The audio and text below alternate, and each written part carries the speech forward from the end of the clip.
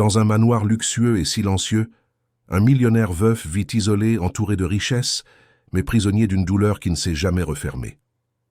L'arrivée d'une jeune domestique humble commence à changer l'atmosphère de la maison, éveillant des sentiments qu'il s'était juré de ne plus jamais laisser entrer. Entre des nuits de dons silencieux et un amour vécu en secret, un mensonge cruel transforme tout en méfiance et en rupture. Mais lorsqu'un matin change le destin des deux, des secrets émergent et le pardon devient la seule chance de rédemption.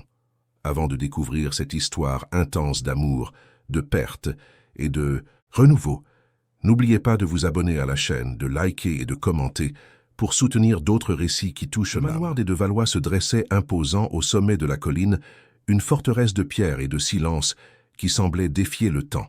Ses grilles en fer forgé, toujours closes, gardaient non seulement l'opulence d'un patrimoine centenaire, mais aussi la mélancolie d'une vie interrompue. Là, entre des jardins méticuleusement entretenus et des salons vides, vivait Monsieur Arthur de Valois, un homme dont la fortune était aussi vaste que sa douleur. Veuf depuis 5 ans, depuis qu'un accident tragique avait emporté son épouse bien-aimée, Sophie, Arthur était devenu l'ombre de lui-même. Ses yeux, autrefois pleins d'un éclat jovial, portaient désormais le poids d'une tristesse profonde, endurcie par une armure de froideur et de travail incessant. Le manoir, jadis théâtre de fêtes et de rires, était devenu un mausolée. Chaque objet, chaque œuvre d'art, chaque meuble en bois sombre était impeccable. Organisé avec une précision quasi obsessionnelle mais dépourvue de vie, l'air était lourd, imprégné de l'odeur de cire à meubles et de l'absence de chaleur humaine. Arthur passait ses journées entre son bureau, où il se plongeait dans des piles de documents et des réunions virtuelles, et la bibliothèque, un refuge de livres poussiéreux qui ne parvenait pas à combler le vide de son âme. Les repas étaient servis en silence dans la vaste salle à manger, où il s'asseyait seul au bout d'une table pour 12 personnes, la solitude résonnant dans chaque couvert en argent.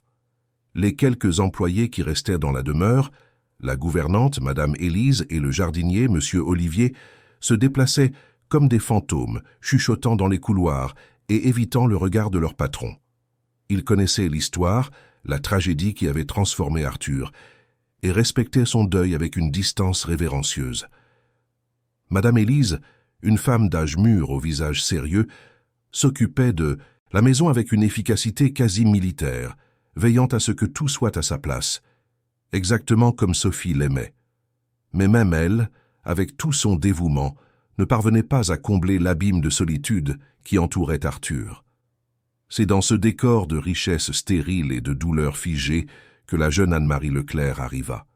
Venue d'un lointain village de Normandie, avec la promesse d'un emploi comme employée de maison, elle apportait avec elle la simplicité de ceux qui connaissent la vie sans luxe, mais avec la dignité de ceux qui valorisent le travail honnête. Ses yeux bruns, curieux et un peu inquiets, parcoururent l'imposante façade du manoir le jour de son arrivée, sentant le poids de ce lieu, mais aussi une étrange attraction. Madame Élise la reçut avec la formalité habituelle, lui expliquant les règles et les horaires, insistant sur l'importance du silence et de la discrétion. « Monsieur de Valois n'aime ni le bruit ni être dérangé », prévint-elle, d'un ton qui ne laissait aucune place au doute. Anne-Marie hocha la tête, absorbant chaque mot. Elle était menue, avec des mouvements doux et une présence presque imperceptible, mais il y avait une force silencieuse dans sa manière d'être. Son uniforme simple, un tablier blanc sur une robe modeste, contrastait avec le luxe environnant, mais elle le portait avec fierté. Les premiers jours, elle se consacra à observer, à comprendre le rythme de la maison, à trouver sa place dans cet univers si différent du sien. Elle nettoyait les vastes salons, polissait les meubles anciens et s'occupait des fleurs avec une délicatesse qui semblait insuffler une nouvelle vie à chaque recoin. Ses gestes étaient soignés, presque révérencieux, comme si chaque objet avait une histoire à raconter.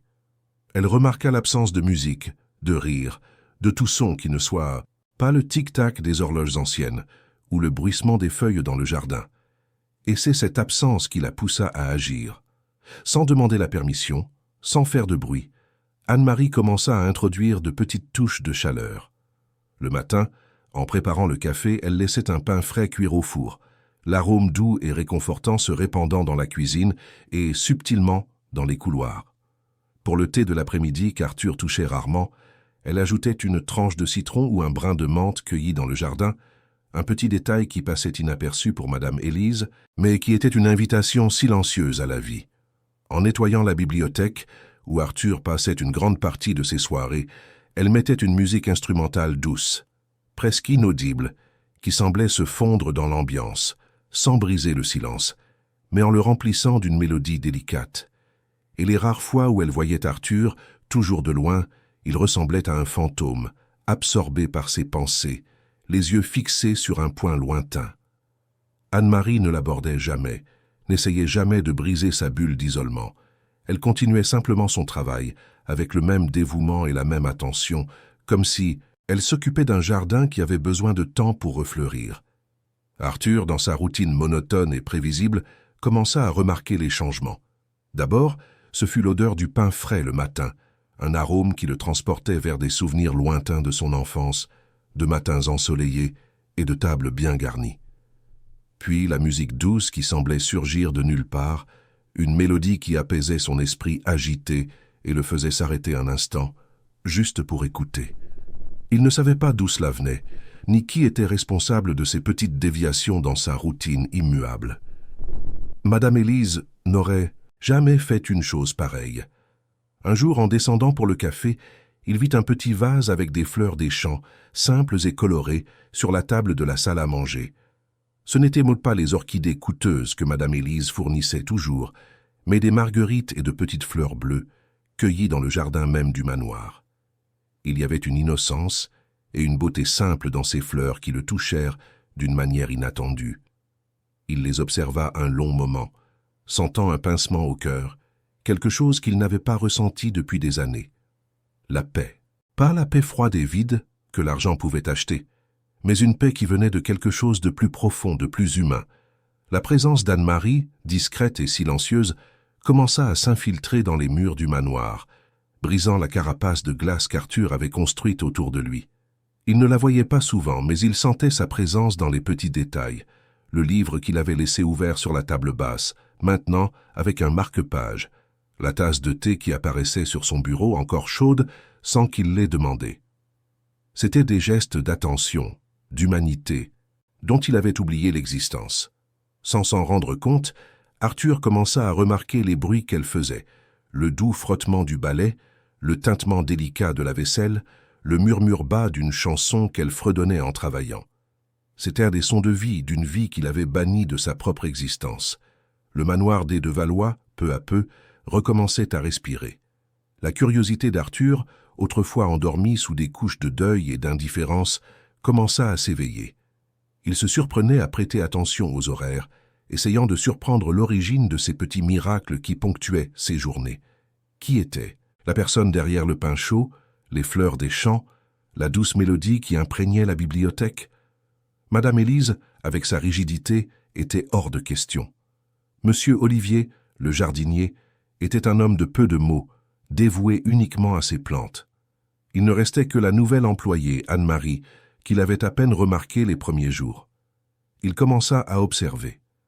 De la fenêtre de son bureau, il voyait Anne-Marie dans le jardin, s'occupant des rosiers avec une délicatesse qui contrastait avec la force du sécateur. Elle parlait aux fleurs, murmurant des mots inaudibles, et ses mouvements étaient gracieux, presque une danse. À un autre moment, en descendant chercher un livre à la bibliothèque, il la trouva en train de ranger les étagères. Elle lui tournait le dos, fredonnant une vieille chanson, et la mélodie simple et pure remplit l'espace d'une manière qu'aucun orchestre symphonique n'avait jamais réussi à le faire. Arthur resta immobile sur le seuil, invisible, écoutant simplement, ressentant une étrange familiarité avec cette voix. La première interaction directe se produisit de manière inattendue. Arthur, plongé dans ses pensées en marchant dans le couloir, bouscula Anne-Marie, qui sortait de la cuisine avec un plateau de thé. Le choc fit glisser la tasse en porcelaine de ses mains, qui tomba au sol et se brisa en 1000 morceaux. Un silence embarrassant plana dans l'air. Anne-Marie, le visage rouge de honte, s'empressa de s'excuser, se penchant pour ramasser les débris. « Pardonnez-moi, monsieur de Valois, c'est ma faute, j'étais distraite, dit-elle, la voix basse et tremblante. Arthur, qui parlait rarement aux employés, sentit une impulsion inhabituelle. « Non, c'est moi qui suis en tort. J'étais absorbé, » répondit-il, sa voix un peu rauque par manque d'usage. Il se pencha également, l'aidant à ramasser les morceaux. Leurs doigts se frôlèrent brièvement, et un subtil courant électrique sembla passer entre eux. Anne-Marie leva les yeux, et pour la première fois, Arthur vit la profondeur de ses yeux bruns, la sincérité de son regard. Il n'y avait ni peur, ni servilité, juste une dignité tranquille. « Ne vous inquiétez pas pour la tasse, » ajouta-t-il, remarquant son inquiétude. « Il y en a beaucoup d'autres. » Anne-Marie hocha simplement la tête, finissant de ramasser les débris et les déposant soigneusement sur le plateau. Elle se releva et Arthur remarqua sa posture droite, malgré la situation embarrassante. « Excusez-moi, monsieur. »« De Valois » dit-elle, et elle se retira, le laissant seul dans le couloir avec une sensation étrange et quelque peu troublante. Cette brève rencontre avait brisé une barrière invisible. À partir de ce jour, Arthur commença à rechercher, même inconsciemment, la présence d'Anne-Marie. Il passait plus de temps dans les parties communes de la maison, feignant de lire ou de travailler, mais en réalité, attendant de la voir. Elle, de son côté, continuait son travail avec la même discrétion, mais il y avait maintenant une conscience mutuelle dans l'air. Leurs regards se croisaient un instant, et un léger sourire, presque imperceptible, apparaissait sur les lèvres d'Anne-Marie qu'Arthur sentait réchauffer quelque chose en lui. Une nuit, Arthur ne parvenait pas à dormir. L'insomnie, sa vieille compagne, le tourmentait. Il descendit à la cuisine chercher un verre d'eau et la trouva là. Anne-Marie était assise à table, lisant un livre à la faible lumière d'une lampe, une tasse de tisane à la camomille à côté d'elle. Elle ne le vit pas arriver. La scène était si paisible, si humaine, qu'Arthur hésita à l'interrompre. Mais la curiosité fut plus forte. « Vous n'arrivez pas à dormir ?» demanda-t-il, sa voix douce, presque un murmure. Anne-Marie sursauta légèrement, effrayée, et ferma rapidement le livre. « Monsieur de Valois, excusez-moi, je ne voulais pas déranger, » dit-elle en se levant précipitamment. « Vous ne dérangez pas. C'est moi qui n'arrive pas à dormir, » répondit-il en s'approchant de la table. « Que lisez-vous » Elle hésita un instant, puis montra la couverture du livre. C'était un roman d'époque, à la couverture usée. « C'est l'un de mes préférés. Une histoire d'amour et de résilience, » expliqua-t-elle, une lueur dans les yeux. Arthur prit le livre, feuilletant quelques pages. « Vous aimez lire » demanda-t-il, sincèrement intéressé. « Oui, beaucoup. C'est une façon de voyager sans bouger de chez soi, » répondit-elle avec un sourire timide. Cette nuit-là, pour la première fois depuis des années, Arthur ne se sentit pas seul dans le manoir. Il s'assit à table avec Anne-Marie et ils parlèrent. Pas de travail ni de la maison, mais de livres, de rêves, de la vie. Il découvrit qu'elle rêvait d'ouvrir une petite boutique de fleurs, qu'elle aimait la nature, et que, malgré sa vie simple, elle portait une richesse intérieure dont il avait oublié l'existence. Et Anne-Marie, de son côté, vit au-delà du veuf endurci, percevant un homme blessé avec une âme assoiffée de connexion. La conversation se prolongea jusqu'à l'aube, et quand Arthur remonta enfin dans sa chambre, il sentit une légèreté qu'il n'avait pas connue depuis longtemps. Le manoir, autrefois un mausolée, semblait avoir repris son souffle. Et lui, le veuf endurci, sentait une fissure de lumière s'ouvrir dans son cœur. Que découvrirait-il d'autre sur cette femme qui, avec sa simplicité, était en train de percer lentement les secrets de son âme? L'aube qui suivit cette nuit fut différente pour Arthur. Le sommeil, qui était auparavant un refuge lourd et sans rêve, vint léger et ponctué d'images de sa conversation avec Anne-Marie. Il se réveilla avec une sensation de renouveau, comme si l'air du manoir était devenu plus léger, moins dense. En descendant pour le café, l'arôme du pain frais semblait plus invitant, et les fleurs des champs sur la table plus éclatantes. Il se surprit à sourire, un geste qu'il n'avait pas pratiqué depuis des années, et l'étrangeté de sa propre action le fit s'arrêter. À partir de cette nuit-là, les conversations nocturnes devinrent un rituel silencieux. Arthur, autrefois reclus dans son bureau, trouvait des prétextes pour descendre à la cuisine ou à la bibliothèque, tombant sur Anne-Marie. Elle, de son côté, semblait anticiper ces rencontres, laissant une théière chaude ou une assiette de biscuits faits maison l'attendre. Il parlait de tout et de rien, de la beauté d'un coucher de soleil vu de la colline, de la complexité d'un personnage de roman, des petites joies et tristesses du quotidien. Anne-Marie, avec sa sensibilité aiguisée, comprit qu'Arthur, derrière sa façade d'homme endurci, abritait une âme blessée. Il parlait de Sophie avec une mélancolie contenue, mais sans s'attarder sur les détails de sa perte. Elle écoutait sans juger, sans essayer de combler les silences avec des mots vides. Elle offrait simplement sa présence, son écoute attentive et la compréhension silencieuse de quelqu'un qui connaissait aussi la douleur. Elle lui raconta sa propre vie, la simplicité de ses origines, la perte de ses parents alors qu'elle était encore jeune, la lutte pour survivre et l'espoir d'un avenir meilleur. Arthur se trouva captivé par sa résilience, par la façon dont elle affrontait les adversités avec une foi inébranlable en la vie. De petits gestes commencèrent à fleurir entre eux. Arthur, qui ignorait autrefois la présence des employés, se mit à s'enquérir de la journée d'Anne-Marie, à remarquer une nouvelle coiffure ou la couleur de sa robe. Il la surprit un jour avec un livre qu'elle avait mentionné vouloir lire, un exemplaire rare qu'il avait trouvé dans sa vaste bibliothèque. Anne-Marie, émue, accepta le cadeau avec une lueur dans les yeux. Elle, de son côté, commença à lui laisser de petits mots discrets, avec une phrase inspirante ou un dessin simple, qu'il gardait dans son portefeuille comme des trésors. Madame Élise, avec la perspicacité de ses années de service, remarqua le changement chez son patron. Il semblait moins sombre, plus enclin à un sourire discret. Le manoir, autrefois un temple du silence, résonnait maintenant d'une énergie plus douce. Elle voyait Anne-Marie, toujours discrète et efficace, mais elle percevait l'échange de regards, les sourires contenus. La gouvernante, qui avait toujours veillé sur la mémoire de Sophie, ressentait un pincement d'appréhension, mais aussi un étrange espoir. Arthur se sentait en terrain inconnu. À chaque conversation, à chaque regard échangé, la barrière qu'il avait érigée autour de son cœur semblait se désintégrer un peu plus. Il se permettait de ressentir à nouveau, et c'était effrayant. La culpabilité de se rapprocher d'une autre femme, même de manière si platonique, le hantait. La mémoire de Sophie était sacrée, intouchable. Mais la présence d'Anne-Marie n'effaçait pas Sophie. Elle apportait simplement une nouvelle lumière à un monde qu'Arthur pensait condamné à l'obscurité. Un soir, alors qu'Anne-Marie arrosait les plantes du salon, Arthur s'approcha. « Anne-Marie » commença-t-il, sa voix un peu plus grave que d'habitude. Elle se retourna, les yeux curieux. « Je ne sais pas ce qui se passe, mais merci d'avoir ramené un peu de vie dans cette maison, et en moi. » L'aveu, simple et sincère, plana dans l'air. Anne-Marie sourit simplement, un sourire qui contenait toute sa compassion et son affection. « La vie trouve toujours un chemin, monsieur de Valois. Il suffit de le lui permettre. » À cet instant, sous la douce lumière des lustres, Arthur sentit qu'il ne permettait pas seulement à la vie d'entrer dans le manoir, mais dans son propre cœur. Et le voyage pour découvrir ce que cela signifiait ne faisait que commencer. Arthur parviendrait-il à se libérer du passé et à saisir cette nouvelle chance de bonheur?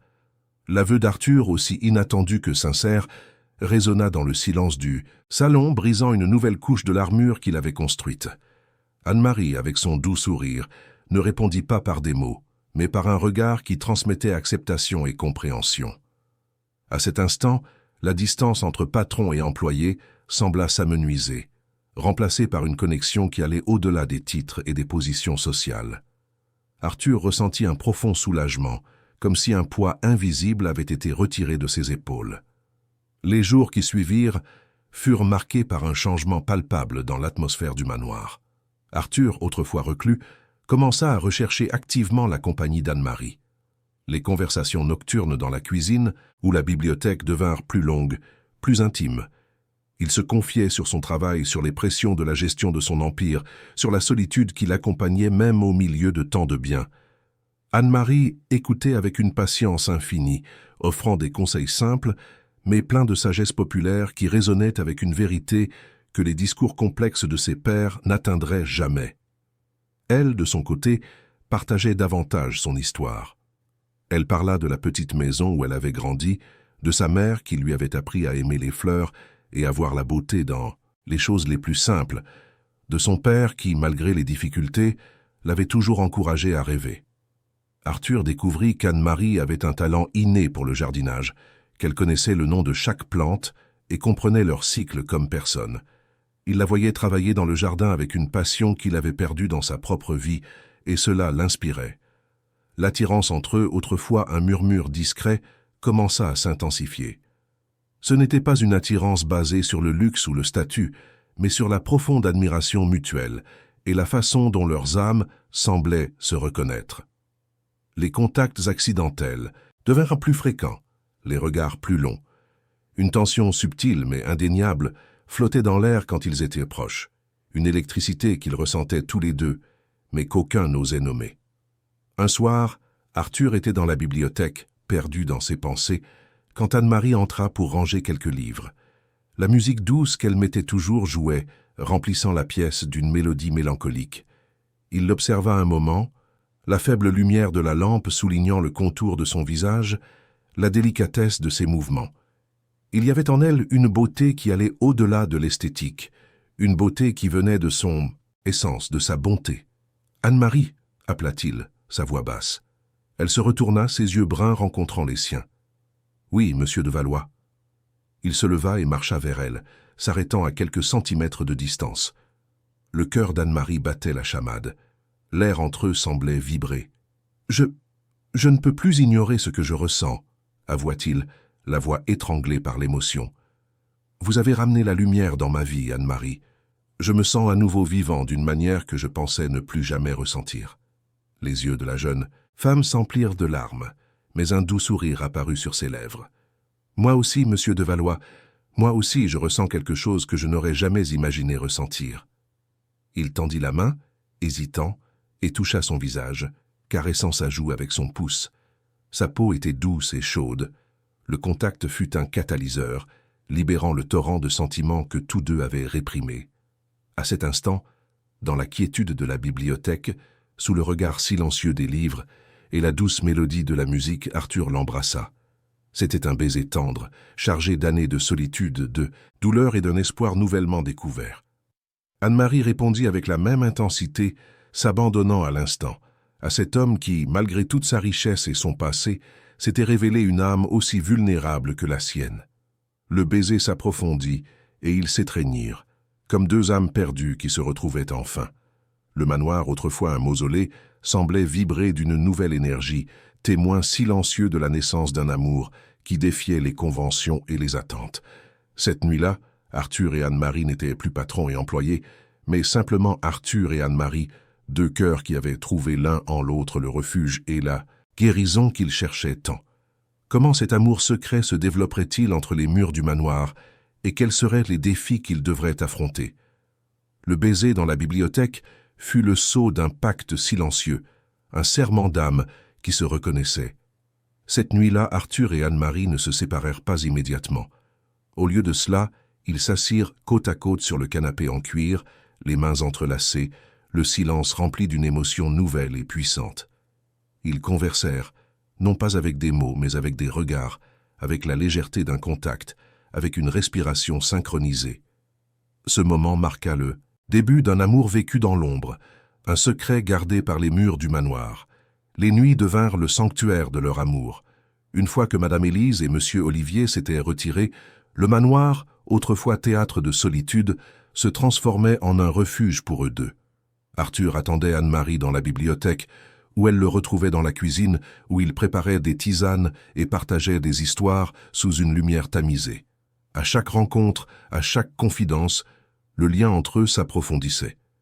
Arthur révélait à Anne-Marie les peurs qui le hantaient depuis la perte de Sophie. La peur d'aimer à nouveau, de s'abandonner et d'être à nouveau déchiré par la douleur. Anne-Marie, avec sa voix douce et son regard compréhensif, l'apaisait, lui montrant que l'amour, bien que risqué, était aussi la plus grande des guérisons. Elle, de son côté, partageait ses propres vulnérabilités. L'incertitude de l'avenir, le manque de sa famille, la solitude qu'elle ressentait dans un monde si différent du sien.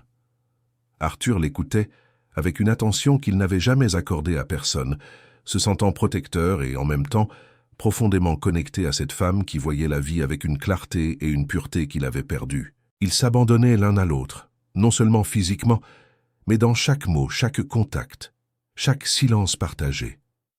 C'était un amour qui naissait de la compréhension, de l'empathie et du besoin mutuel de guérison. Le manoir, qui semblait autrefois un mausolée, se mit à vibrer de leur présence. Les couloirs sombres paraissaient moins menaçants, les salons vides, moins froids. Les fleurs qu'Anne-Marie cultivait semblaient plus éclatantes, et le pain qu'elle cuisait plus savoureux. Arthur se mit à remarquer les petits détails qui lui échappaient auparavant. Le chant des oiseaux le matin, l'odeur de la terre mouillée après la pluie, la façon dont la lumière du soleil filtrait à travers les fenêtres. Anne-Marie avait éveillé ses sens, sa capacité à apprécier la beauté de la vie. Pendant la journée, il maintenait la façade de patron et d'employé, avec la discrétion et le respect exigés par la situation. Mais il y avait une nouvelle intensité dans leur regard, un sourire complice qu'eux seuls comprenaient.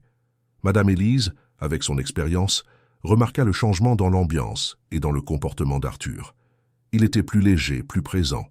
Elle voyait les yeux d'Anne-Marie briller d'une manière différente, et bien qu'elle ne puisse rien pointer de concret, le sentiment que quelque chose se passait flottait dans l'air. La gouvernante, qui avait toujours chéri l'ordre et la tradition, ressentait un pincement d'inquiétude, mais aussi une curiosité voilée. Leur amour était un secret précieux, une oasis de passion et de tendresse au milieu de la routine du manoir. Chaque nuit était une célébration de la vie, de la connexion qu'ils avaient trouvée. Arthur, le veuf endurci, se transformait, et Anne-Marie, la jeune et humble employée, découvrait une force et une passion qu'elle ne se connaissait pas. Ils étaient deux âmes qui se guérissaient ensemble, construisant un monde particulier entre les murs de cette demeure. Mais combien de temps cet amour secret pourrait-il résister aux regards curieux et aux conventions sociales qui les entouraient? L'amour secret d'Arthur et Anne-Marie s'épanouissait dans la pénombre du manoir, mais chaque jour qui passait, l'audace de leur rencontre augmentait et avec elle le risque d'être découvert. Les nuits devenaient plus longues, les étreintes plus serrées, les mots plus chargés d'un avenir incertain. Ils savaient qu'ils vivaient dans une bulle fragile, protégés uniquement par la discrétion et l'apparente indifférence du monde extérieur. Madame Élise, avec sa vision aiguisée et son flair pour les secrets de la maison, n'était plus seulement une observatrice passive. Elle remarquait les heures inhabituelles auxquelles Arthur descendait à la cuisine, l'éclat différent dans les yeux d'Anne-Marie le matin, et la façon dont certains objets, comme le roman sur la table de chevet d'Arthur, semblaient avoir été touchés par des mains qui n'étaient pas les siennes. La loyauté de la gouvernante envers Arthur était incontestable, mais son esprit était partagé entre le bonheur visible de son patron et l'inquiétude face aux conventions sociales qu'une telle relation briserait certainement. Elle aimait la mémoire de Sophie et craignait qu'Arthur ne s'expose à une nouvelle souffrance. Pendant ce temps, le monde extérieur commençait à s'immiscer dans la vie recluse d'Arthur. Amis et collègues, inquiets de son isolement, insistaient pour qu'il recommence à fréquenter les événements mondains. À contre-cœur, Arthur commença à accepter quelques invitations, se traînant à des dîners et des cocktails où la conversation tournait autour des affaires et des ragots. Dans ces occasions, il se sentait comme un étranger, un imposteur, l'esprit toujours tourné vers le manoir et la femme qui l'attendait. C'est lors d'un de ces événements qu'il retrouva Véronique de Courcy, une mondaine élégante et ambitieuse qui avait toujours nourri une admiration pas si secrète pour Arthur. Véronique, avec ses yeux perçants, remarqua le changement en lui. L'Arthur qu'elle connaissait était sombre et distant. L'Arthur en face d'elle, bien que toujours réservé, irradiait une légèreté qui n'existait pas auparavant. « Tu sembles différent, Arthur », commenta-t-elle avec un sourire calculateur, « plus vivant. La solitude de ce manoir te fait enfin du bien ?» Sa question apparemment innocente portait une pointe de curiosité et peut-être une touche d'envie. Arthur détourna le sujet, sentant un frisson. Il savait que son monde était un champ de mines de jugement et d'attente. L'idée que sa relation avec Anne-Marie puisse être exposée le terrifiait, non pas pour lui mais pour elle. Anne-Marie, avec sa dignité et sa simplicité, serait la cible de commérages et de médisance. Anne-Marie, de son côté, était pleinement consciente du fossé social qui les séparait. Elle aimait Arthur avec une pureté qui lui faisait ignorer les différences de classe, mais elle n'était pas naïve. Elle savait que son monde à lui était cruel et qu'un amour comme le leur serait considéré comme un scandale. Elle craignait le jour où la réalité frapperait à la porte du manoir, brisant l'enchantement qu'ils avaient construit. Un soir, alors qu'ils étaient ensemble dans la bibliothèque, Arthur la serra fort dans ses bras. « Je ne sais pas ce que je ferais sans toi maintenant, Anne-Marie, » murmura-t-il, la voix chargée d'une vulnérabilité qu'elle voyait rarement. « Tu es ma paix. » Elle le serra en retour, sentant la chaleur de son corps, les battements de son cœur. « Et toi, Arthur, tu es mon espoir, » répondit-elle, les yeux humides. À cet instant, ils n'étaient qu'un, deux âmes enlacées dans un amour qui semblait défier toutes les probabilités. Mais, à l'extérieur, des murs du manoir, les rouages du destin commençaient déjà à tourner, poussés par l'envie et le ressentiment, prêts à tester la force de cet amour. Le bonheur qu'ils avaient trouvé serait-il assez fort pour résister à la tempête qui approchait? La légèreté qu'Arthur ressentait dans son âme était constamment menacée par l'ombre de la méfiance qui planait sur le manoir. Véronique de Courcy, avec son esprit vif et son instinct de prédatrice, ne se contenta pas d'observer. Quelques jours après avoir revu Arthur, elle commença à tisser une subtile toile de questions et d'insinuations dans son cercle social. Arthur est différent, vous ne trouvez pas? Plus accessible. La solitude l'aurait-elle enfin lassé? Commentait-elle, plantant la graine de la curiosité. Elle appelait Arthur sous des prétextes futiles, essayant de pêcher des informations sur sa routine, sur les personnes qui fréquentaient le manoir. Un après-midi, Véronique fit une visite inattendue au manoir des De Valois, prétextant avoir besoin d'un document qu'Arthur lui avait promis. Madame Élise, qui la reçut, sentit un frisson. Véronique, avec son élégance impeccable, parcourut les salons d'un regard scrutateur, comme si elle cherchait quelque chose qui n'était pas à sa place. Elle remarqua le vase de fleurs des champs dans le salon, un détail qui détonnait avec l'opulence formelle de la maison. « Quelles fleurs simples, Arthur! Ce n'est pas le style de Sophie, » commenta-t-elle, avec un sourire qui n'atteignait pas ses yeux. Arthur sentit un malaise croissant, essayant de détourner la conversation. Pendant ce temps, Madame Élise était face à un dilemme. Elle avait été témoin de la transformation d'Arthur, du retour de l'éclat dans ses yeux. Mais elle avait aussi vu Anne-Marie un matin sortir de la chambre d'Arthur avec une expression de quelqu'un qui venait de se réveiller. La gouvernante, qui avait toujours veillé à la réputation de la famille, ressentait un profond conflit. Sa loyauté envers Arthur était inébranlable, mais l'idée d'un scandale impliquant la famille de Valois la terrifiait. Elle commença à être plus vigilante, à se déplacer dans la maison avec une discrétion encore plus grande, essayant de protéger le secret, mais se préparant aussi à l'inévitable. Arthur sentait la pression monter. Les questions de Véronique, les regards curieux de ses pairs, tout cela le faisait se sentir acculé. Il devenait de plus en plus protecteur envers Anne-Marie, essayant de la préserver du monde extérieur. Lors de leur rencontre nocturne, il parlait de l'importance d'être prudent, de ne pas donner matière à commérage. Anne-Marie, avec sa sensibilité, percevait sa tension. Elle savait que leur amour était une cible facile pour la méchanceté d'autrui. « Ne t'inquiète pas, Arthur, » disait-elle en lui tenant la main. « Personne ne peut nous enlever ce que nous ressentons à l'intérieur. » Mais le danger était plus proche qu'il ne l'imaginait. Un soir, alors qu'Arthur et Anne-Marie étaient dans la bibliothèque, enlacés, perdus dans l'intimité de leur amour, ils entendirent des pas dans le couloir. C'était Madame Élise, qui était descendue pour vérifier si toutes les lumières étaient éteintes. Ils se séparèrent de brusquement, le cœur battant à tout rompre. Arthur, d'un réflexe rapide, prit un livre et fit semblant de lire, tandis qu'Anne-Marie s'éloigna vers une étagère, rangeant les volumes avec des mains tremblantes.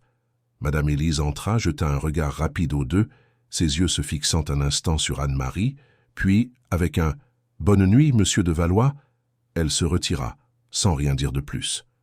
Le soulagement qu'ils ressentirent fut mêlé d'une peur glaciale. Madame Élise avait-elle vu quelque chose? Se doutait-elle de quelque chose? L'incident servit de rappel brutal de la fragilité de leur secret. Arthur et Anne-Marie se regardèrent, l'appréhension évidente sur leur visage. Leur amour était un phare au milieu de l'obscurité, mais la tempête se formait à l'horizon, et les premières gouttes commençaient déjà à tomber.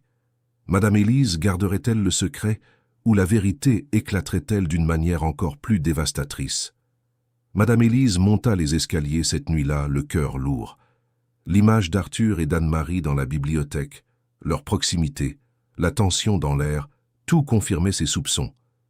Elle avait consacré sa vie à cette maison, à la mémoire de Sophie, et l'idée d'un scandale impliquant M. de Valois la tourmentait. Cependant, en même temps, elle ne pouvait ignorer la transformation de son patron. Il était plus léger, plus humain. Le manoir, autrefois un tombeau, avait maintenant un souffle de vie. La gouvernante, dans sa sagesse silencieuse, décida que pour l'instant, elle garderait le secret. Mais ses yeux devinrent encore plus vigilants, et une ombre d'inquiétude planait sur son visage. Arthur et Anne-Marie sentirent le poids du regard de Madame Élise. L'incident de la bibliothèque leur fit prendre conscience que la bulle dans laquelle ils vivaient était sur le point d'éclater. Leurs rencontres nocturnes devinrent plus prudentes, les murmures plus bas, les contacts plus furtifs. La peur d'être découverts, de voir leur amour exposé et jugé, commença à ronger la paix qu'ils avaient trouvée. Anne-Marie, en particulier, se sentait de plus en plus vulnérable. « Arthur, et si quelqu'un découvre ?» demanda-t-elle un soir, la voix étranglée. « Ton monde n'est pas le mien. Je ne veux pas que tu aies des ennuis à cause de moi. » Arthur la serra fort dans ses bras, essayant de chasser ses peurs. « Ne dis pas ça, Anne-Marie. Mon monde est là où tu es. Je me fiche de ce que les autres pensent. Tu es la seule qui compte pour moi. » Mais même en parlant, un pincement d'appréhension le saisit. Il savait que le monde d'Anne-Marie était simple et pur, tandis que le sien était complexe et plein de pièges. Pendant que leur amour luttait pour survivre à la pression interne, Véronique de Courcy agissait en coulisses. Poussée par un mélange d'envie, de ressentiment et d'un désir ancien pour Arthur, elle était déterminée à démasquer ce qu'elle percevait comme une indécence. Elle utilisa son réseau de contacts, propageant discrètement l'idée qu'Arthur s'était entiché d'une employée, une rumeur qui en soi était déjà venimeuse. Mais Véronique voulait plus, elle voulait des preuves, quelque chose qui pourrait détruire la réputation d'Anne-Marie et éloigner Arthur pour de bon. Véronique apprit qu'Arthur aurait un engagement important un soir précis, ce qui le ferait rentrer tard. Elle échafauda alors un plan. Connaissant la routine du manoir et la simplicité d'Anne-Marie, elle savait que la jeune femme, à un moment donné, serait seule et vulnérable. Véronique engagea un photographe, un paparazzi sans scrupules, lui demandant de capturer des moments intimes d'Arthur avec l'employé, sans se soucier de la vérité derrière les images. L'objectif était de créer un récit d'intérêt et de séduction, en déformant toute interaction innocente. Cette semaine-là, Anne-Marie ressentait une étrange prémonition. Un frisson dans le dos, le sentiment que quelque chose de mauvais allait arriver. Elle essayait de l'ignorer, se concentrant sur son travail et sur les moments précieux qu'elle partageait avec Arthur. Mais l'anxiété était une ombre constante. Arthur, de son côté, était plus tendu que d'habitude, partagé entre les engagements de son entreprise et le désir de protéger Anne-Marie. Il sentait que l'étau se resserrait, mais ne parvenait pas à identifier l'origine exacte de la menace. Le plan de Véronique était prêt à être exécuté. Les pièces étaient sur l'échiquier, et le destin d'Arthur et d'Anne-Marie était sur le point d'être scellé par un mensonge cruel. Le matin qui allait tout changer approchait, chargé d'une tempête qui menaçait de détruire l'amour qui avait à peine commencé à fleurir. Quel piège Véronique avait-elle préparé, et comment Arthur et Anne-Marie y tomberaient-ils? Le piège de Véronique de Courcy fut monté avec une froideur calculatrice. Elle savait qu'Arthur, malgré sa nouvelle légèreté, portait encore les cicatrices d'une trahison passée lors de son premier mariage avant Sophie, une blessure qui le rendait vulnérable à la méfiance. En ce matin fatidique, le soleil venait à peine de se lever quand Arthur descendit au jardin, comme à son habitude, pour un moment de réflexion avant de commencer sa journée. Anne-Marie était déjà là, s'occupant des orchidées qu'il appréciait tant, avec sa délicatesse habituelle. Arthur s'approcha, et ils échangèrent un sourire complice. Il remarqua une feuille sèche prise dans ses cheveux, et d'un geste tendre tendit la main pour la retirer. Ses doigts effleurèrent la peau du cou d'Anne-Marie, et pendant un instant, leurs regards se croisèrent dans un silence chargé d'affection. À ce moment précis, caché dans les buissons, le photographe engagé par Véronique déclencha son appareil, capturant la scène sous des angles qui transformaient un geste innocent en une intimité suspecte. Quelques heures plus tard, Arthur était dans son bureau, plongé dans ses documents, lorsque Madame Élise, avec une expression troublée, lui remit une enveloppe anonyme. À l'intérieur, il y avait une série de photographies. Les images montraient Arthur et Anne-Marie dans le jardin, en gros plans qui déformaient la réalité. Le contact dans ses cheveux ressemblait à une caresse passionnée. Son sourire, à une invitation séductrice. Avec les photos, une lettre anonyme, écrite d'une calligraphie élégante mais avec des mots venimeux, insinuait qu'Anne-Marie était une croqueuse de diamants, une opportuniste, qui profitait de la vulnérabilité d'Arthur, tout comme d'autres l'avaient fait par le passé. Le sang d'Arthur se glaça. Les mots de la lettre, combinés aux images manipulées, frappèrent de plein fouet ses anciennes peurs. La trahison passée, la douleur d'avoir été trompé, la perte de Sophie, tout se mélangea en une avalanche de méfiance et de colère. L'image d'Anne-Marie, si pure et sincère, s'effondra dans son esprit, remplacée par la figure d'une femme intéressée, calculatrice. La douleur d'aimer à nouveau et possiblement de perdre, ou pire, d'être utilisée, était insupportable. Il appela Anne-Marie à son bureau. Elle entra avec son sourire habituel, sans savoir ce qui l'attendait. Arthur, le visage tordu par la douleur et la fureur, jeta les photos sur la table. « Qu'est-ce que ça veut dire, Anne-Marie » demanda-t-il, la voix basse et dangereusement contrôlée. « Tu m'as trompé, tu as profité de ma douleur, de ma solitude. Je pensais que tu étais différente, mais tu es comme toutes les autres, une arriviste. » Anne-Marie regarda les photos, puis Arthur, le choc et l'incompréhension estampés sur son visage. Ces mots la frappèrent comme des couteaux. « Arthur, non, ce n'est pas ce que tu penses, je te le jure, » tenta-t-elle d'expliquer, les larmes montant à ses yeux. Mais la colère et la douleur avaient aveuglé Arthur. « Ne me mens pas, j'en ai assez vu, je ne veux plus te voir dans cette maison. Prends tes affaires et va-t'en. Maintenant. » La dignité d'Anne-Marie, même blessée, ne l'abandonna pas. Elle regarda Arthur une dernière fois, la douleur dans ses yeux plus profonde que n'importe quelle accusation. Sans dire un mot de plus, sans supplier, elle se retourna et quitta le bureau. Madame Élise, qui avait entendu la dispute depuis le couloir, observa Anne-Marie monter les escaliers, le visage baigné de larmes, mais la posture droite. Quelques minutes plus tard, Anne-Marie descendit avec une petite valise, son uniforme simple et le regard perdu. La fine pluie qui avait commencé à tomber dehors semblait refléter la tempête dans son âme.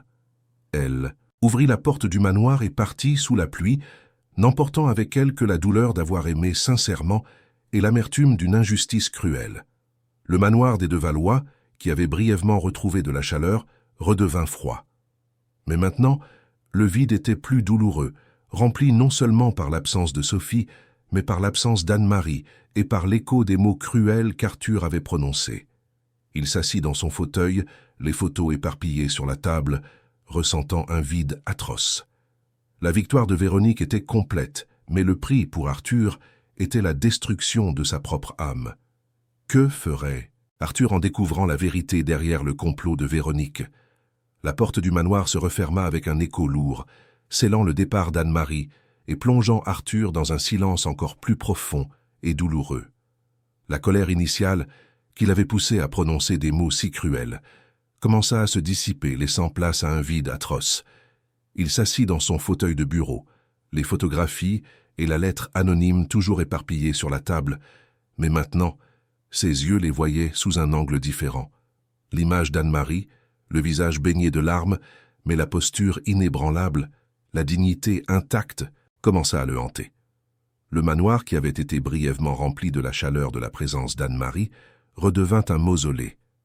Mais maintenant, le froid était plus intense, la solitude plus aiguë.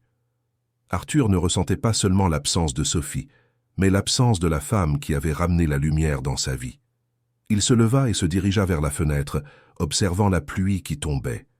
L'image d'Anne-Marie partant sous cette pluie, sans un adieu, sans une chance de se défendre, lui serrait la poitrine.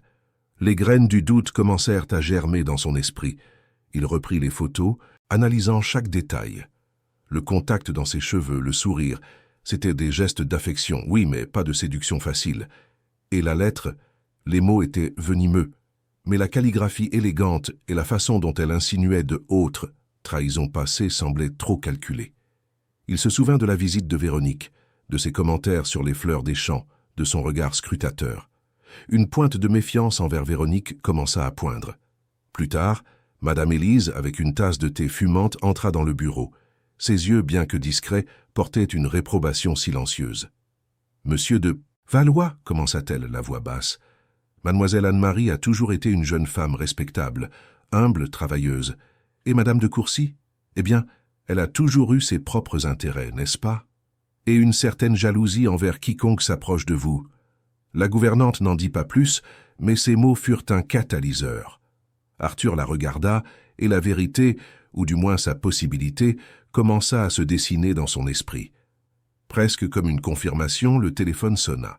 C'était Véronique. « Arthur, j'ai appris ce qui s'est passé avec l'employé. Quel dommage.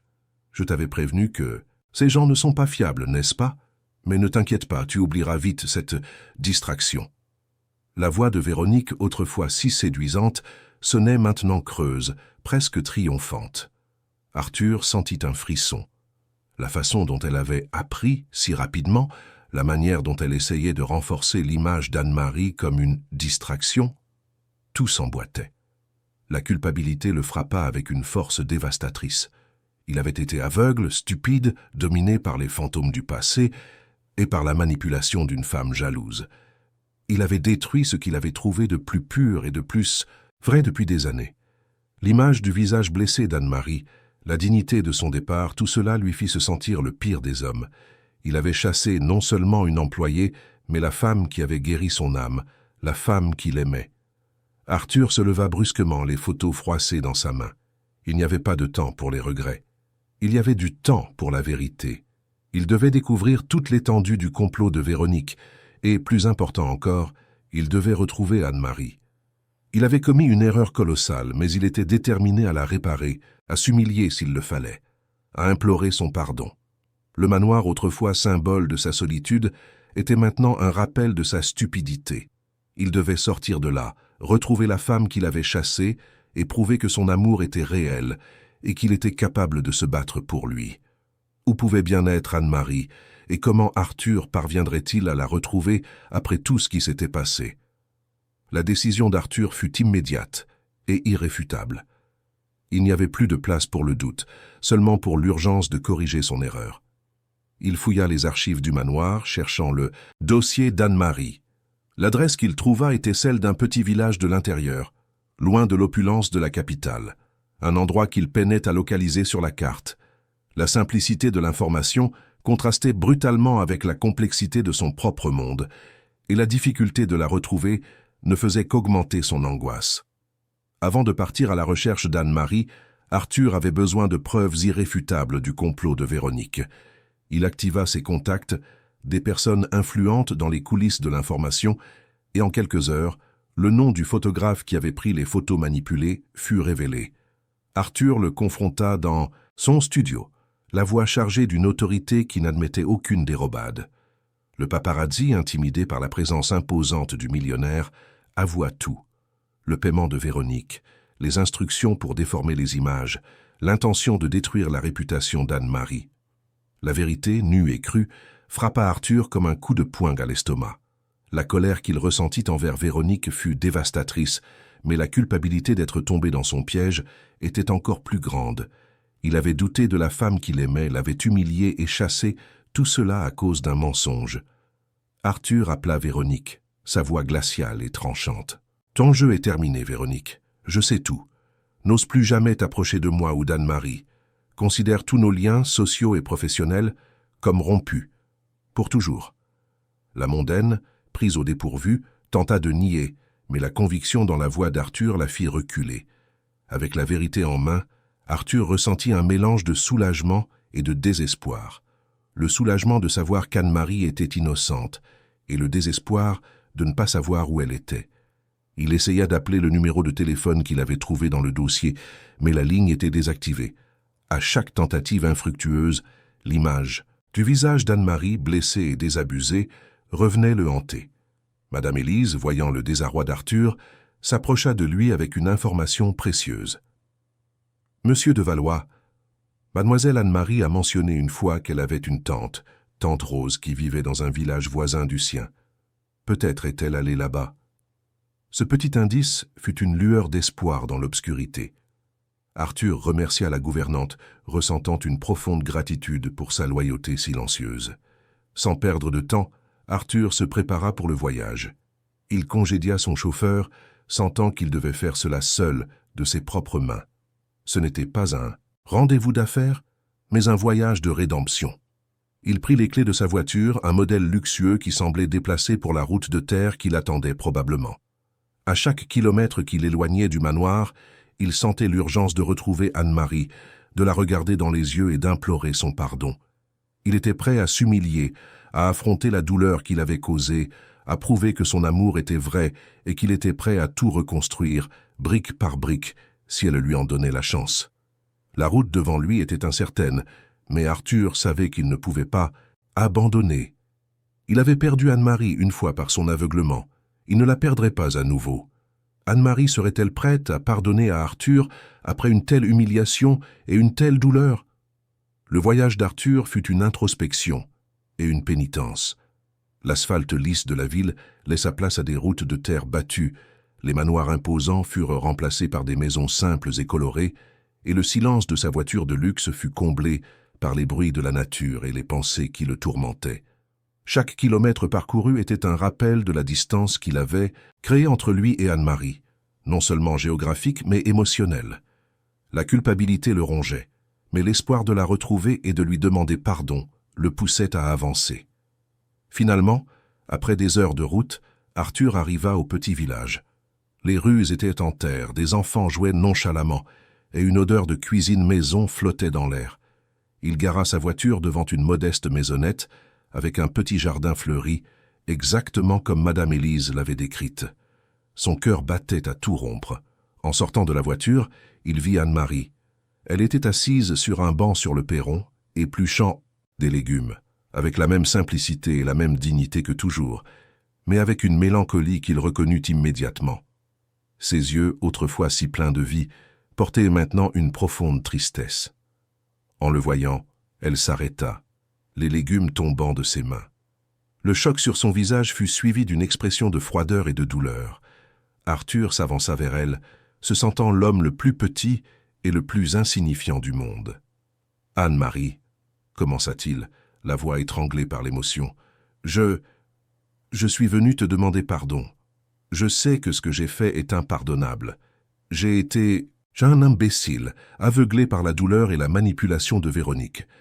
J'ai découvert la vérité. Elle a tout manigancé, Anne-Marie. Les photos, la lettre, tout n'était qu'un mensonge cruel. » Il s'agenouilla devant elle, un geste qui choqua la tante d'Anne-Marie, tante Rose, qui était sortie pour voir ce qui se passait. « Je m'humilie devant toi, Anne-Marie. Je sais que mes mots ont été cruels, que j'ai détruit tout ce que nous avions construit. Mais je t'aime. Je t'aime vraiment et je ne peux pas vivre sans toi. S'il te plaît, donne-moi une chance de te prouver que j'ai changé, que je suis digne de ton amour. » Anne-Marie le regarda les yeux humides, mais sans verser une larme. La douleur dans sa poitrine était trop profonde pour être exprimée par des pleurs. « Les mots blessent, Arthur, » dit-elle, la voix basse et tremblante. « Et la confiance, une fois brisée, est difficile à réparer.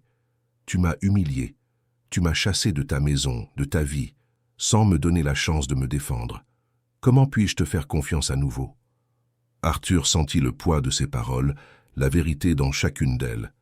Il avait brisé quelque chose de précieux, et il savait que la reconstruction serait longue et douloureuse. Il resta agenouillé, attendant, implorant du regard. Anne-Marie détourna les yeux vers l'horizon, et Arthur remarqua un léger gonflement à son ventre, qu'elle caressa inconsciemment de la main. Elle semblait plus pâle et il y avait dans ses yeux une fatigue qui n'était pas seulement due à la tristesse. « Je ne sais pas, Arthur, » murmura-t-elle, la voix presque inaudible. « Je ne sais vraiment pas. » L'incertitude flottait dans l'air lourde et douloureuse. Arthur sentit un désespoir croissant, mais aussi une détermination renouvelée. Il n'abandonnerait pas. Il avait retrouvé Anne-Marie, et maintenant il ferait tout pour reconquérir son cœur, même si cela devait lui prendre toute une vie. Mais comment réagirait-il au secret qu'Anne-Marie gardait, un secret qui changerait à jamais leur destin à tous les deux? Arthur resta agenouillé, le regard fixé sur Anne-Marie, implorant une chance. L'incertitude dans ses paroles et la douleur dans ses yeux étaient un lourd fardeau. Tante Rose, la tante d'Anne-Marie, observait la scène depuis la porte, avec un mélange de curiosité et d'appréhension sans oser intervenir. Le silence qui suivit ne fut rompu que par le chant des oiseaux et le bruissement des feuilles. Anne-Marie prit une profonde inspiration, la main reposant inconsciemment sur le léger gonflement de son ventre. Cet homme, agenouillé devant elle, lui avait causé la plus grande douleur de sa vie, mais il avait aussi été le seul à éveiller son cœur. Et maintenant, il y avait une nouvelle vie, un nouveau lien, qui les unissait d'une manière que même le plus cruel des mensonges ne pourrait briser. Elle savait qu'elle ne pouvait plus garder ce secret. « Ce n'est pas seulement ma douleur que tu dois considérer, Arthur, » dit-elle, la voix étranglée mais ferme. « Il y a une autre vie en jeu maintenant. » Arthur la regarda, confus. « Que veux-tu dire, Anne-Marie » Elle le fixa, et ses yeux bruns, bien que toujours tristes, portaient une nouvelle détermination. « Je suis enceinte, Arthur. Tu vas être père. » Les mots planèrent dans l'air comme un coup de tonnerre. Arthur sentit le monde tourner. Enceinte. Père. La nouvelle le frappa avec une force dévastatrice, un mélange de choc, de joie et d'une culpabilité encore plus profonde. Il se releva lentement, les yeux fixés sur le ventre d'Anne-Marie, où une nouvelle vie, fruit de leur amour, grandissait. Des larmes jaillirent de ses yeux, non pas de tristesse, mais d'une émotion si intense qu'elle l'étouffait. Il tendit la main, hésitant, et toucha le visage d'Anne-Marie. « Un enfant, murmura-t-il, la voix rauque. « Notre enfant. » L'image de Sophie, qui le hantait toujours, sembla s'estomper, laissant place à un nouvel espoir, à une nouvelle responsabilité. Ce n'était pas un fardeau, mais un miracle. Ce n'était pas une erreur, mais une chance de rédemption. Anne-Marie observa sa réaction, toujours sur ses gardes, mais sentant une lueur d'espoir. La façon dont il la regardait, l'émotion sincère dans ses yeux, ne semblait pas être celle de l'obligation, mais d'un amour qui s'approfondissait à chaque instant. Tante Rose, qui s'était approchée, posa une main sur l'épaule d'Anne-Marie, un geste de soutien silencieux. Arthur s'agenouilla à nouveau, mais cette fois, non pas pour implorer le pardon, mais pour se connecter à la vie qui grandissait en elle. Il embrassa le ventre d'Anne-Marie, un baiser chargé de promesses et d'un amour inconditionnel. « Je serai le père que notre enfant mérite, Anne-Marie, et je serai l'homme que tu mérites. Je sais que j'ai brisé ta confiance, mais je la reconstruirai brique par brique. Je te prouverai chaque jour que mon amour est vrai et que j'ai changé. J'affronterai quiconque, je romprai avec le passé. Je ferai tout ce qui est nécessaire pour vous avoir tous les deux dans ma vie. » La révélation de la grossesse avait tout changé. Ce n'était pas seulement leur amour qui était en jeu, mais l'avenir d'une famille. Arthur, le veuf endurci, avait trouvé non seulement le pardon, mais un but, et Anne-Marie, la jeune employée, portait maintenant dans son ventre la preuve vivante d'un amour qui, malgré toutes les adversités, était destiné à s'épanouir. Comment Arthur tiendrait-il ses promesses et affronterait-il les défis que la paternité et la reconstruction de la confiance apporteraient? Les promesses d'Arthur n'étaient pas des mots en l'air. La révélation de la grossesse d'Anne-Marie avait allumé en lui une flamme de détermination et de volonté qu'il n'avait pas ressentie depuis la perte de Sophie. Il ne s'était pas seulement relevé du sol, il s'était érigé en un homme nouveau, prêt à se battre pour sa famille. Sa première action fut claire. Anne-Marie et tante Rose retourneraient avec lui au manoir. Non, pas comme employée et visiteuse, mais comme la future mère de son enfant et sa protectrice. « Toi et tante Rose, vous venez avec moi au manoir, » déclara Arthur, la voix ferme. « Tu n'es plus mon employée, Anne-Marie, tu es la femme que j'aime et la mère de mon enfant. Et je ferai tout pour que vous vous sentiez en sécurité et aimée. » Anne-Marie, encore blessée mais touchée par la conviction dans ses yeux, acquiesça. Tante Rose, bien que surprise par ce revirement, sentit la sincérité de l'homme et la nécessité de soutenir sa nièce. De retour, dans la capitale, Arthur ne perdit pas de temps pour tenir sa promesse d'affronter celle qui avait causé le mensonge. Il convoqua une conférence de presse discrète, mais en présence des principaux médias. Avec une franchise qui choqua tout le monde, il exposa le complot de Véronique de Courcy, présentant les preuves irréfutables de la manipulation des photos et de la lettre anonyme. Il déclara publiquement sa rupture avec Véronique et avec quiconque pactiserait avec la médisance, et à la surprise de beaucoup, annonça qu'Anne-Marie était la femme qu'il aimait et la future mère de son enfant. La nouvelle explosa, dans les cercles mondains, provoquant un scandale, mais Arthur s'en moquait. Il avait rompu avec le passé et avec les conventions qui l'emprisonnaient. Au manoir, Madame Élise accueillit Anne-Marie et Tante Rose avec un mélange de soulagement et de respect.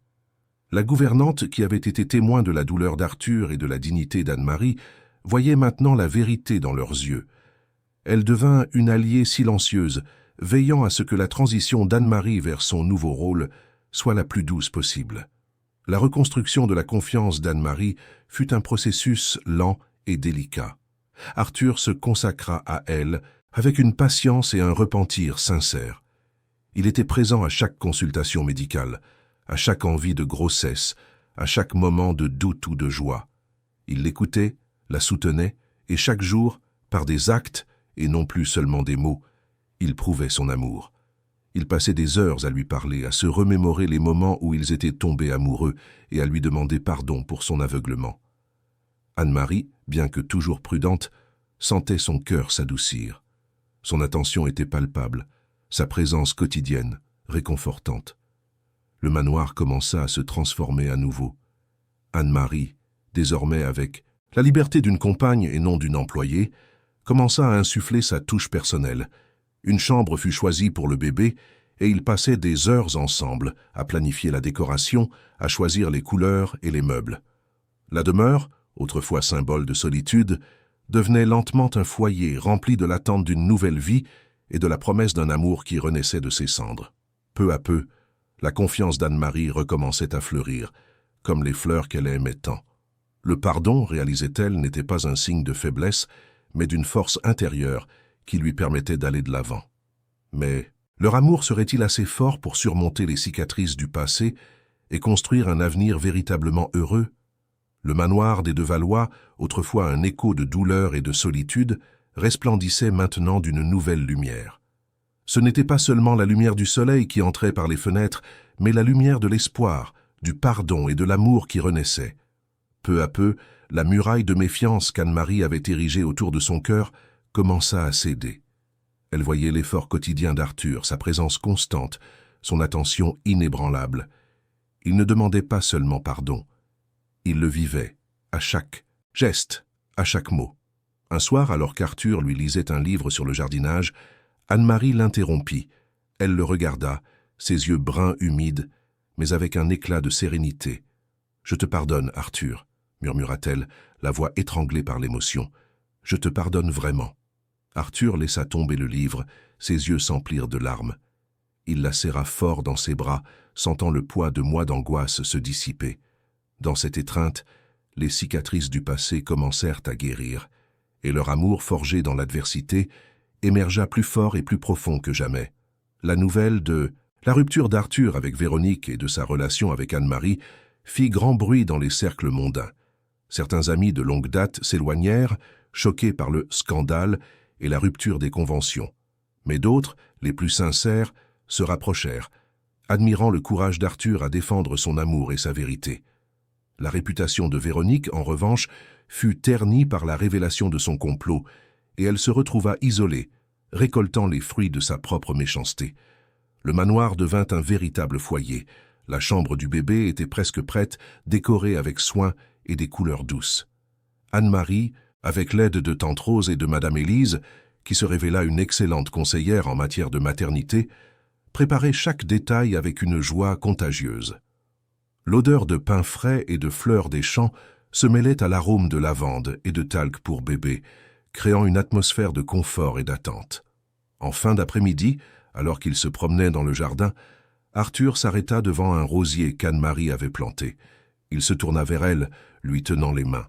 « Anne-Marie, » commença-t-il, les yeux pleins d'amour et d'un nouvel espoir. « Nous avons déjà construit une famille, un foyer, mais je veux que ce soit officiel. Je veux que tu sois ma femme, pas seulement la mère de mon enfant. Veux-tu m'épouser » Anne-Marie sentit son cœur s'emballer. Les mots qu'il avait prononcés avec tant de douleur par le passé étaient maintenant remplacés par une demande d'amour et d'engagement. Les larmes coulèrent sur son visage, mais c'étaient des larmes de pur bonheur. « Oui, Arthur, » répondit-elle, la voix étranglée. « Oui, je veux t'épouser. » Le baiser qui suivit fut la promesse d'un avenir, d'une vie entière ensemble. Ils avaient surmonté la douleur, le mensonge et la perte. L'amour né du pardon était la preuve que même dans les ruines, la vie trouve toujours un chemin pour fleurir.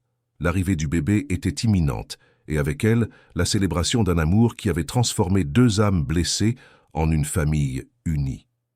Comment serait le mariage simple qu'ils désiraient tant, et quelle joie la naissance de leur fils apporterait-elle à cette nouvelle famille?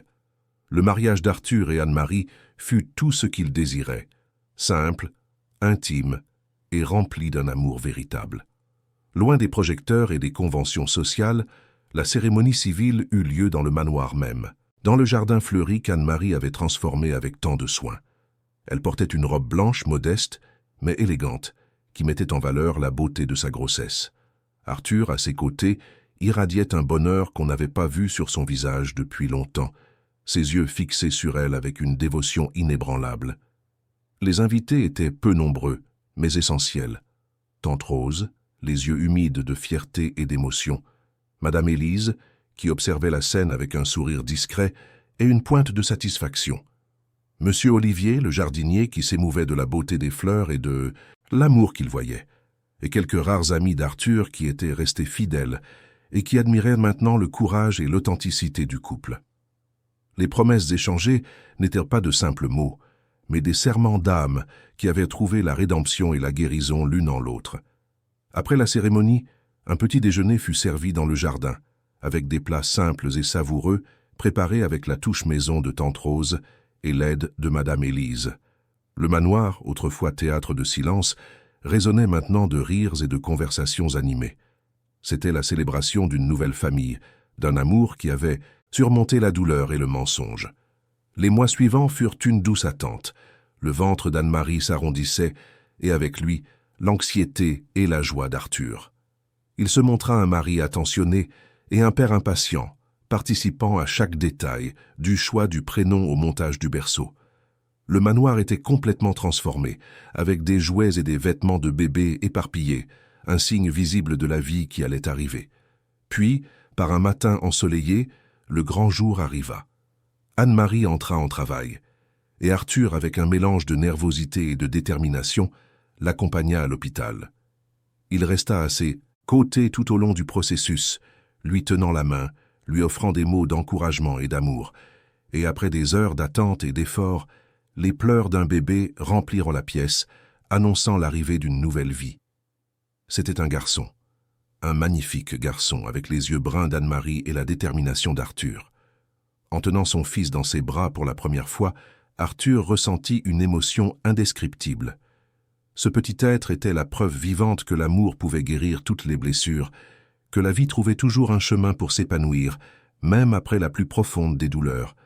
Ils l'appelèrent Gabriel, qu'un nom qui symbolisait la bénédiction qu'il représentait. Le retour au manoir avec le petit Gabriel fut un moment de pur bonheur. La maison était désormais véritablement un foyer, rempli de l'odeur de bébé, des sons de ses pleurs et des rires de ses parents. Arthur, le veuf endurci, avait appris à aimer avec humilité, l'employé avait trouvé la force dans le pardon, et le manoir des de Valois était devenu le théâtre d'une vie reconstruite, où l'amour et la famille étaient les piliers de tout.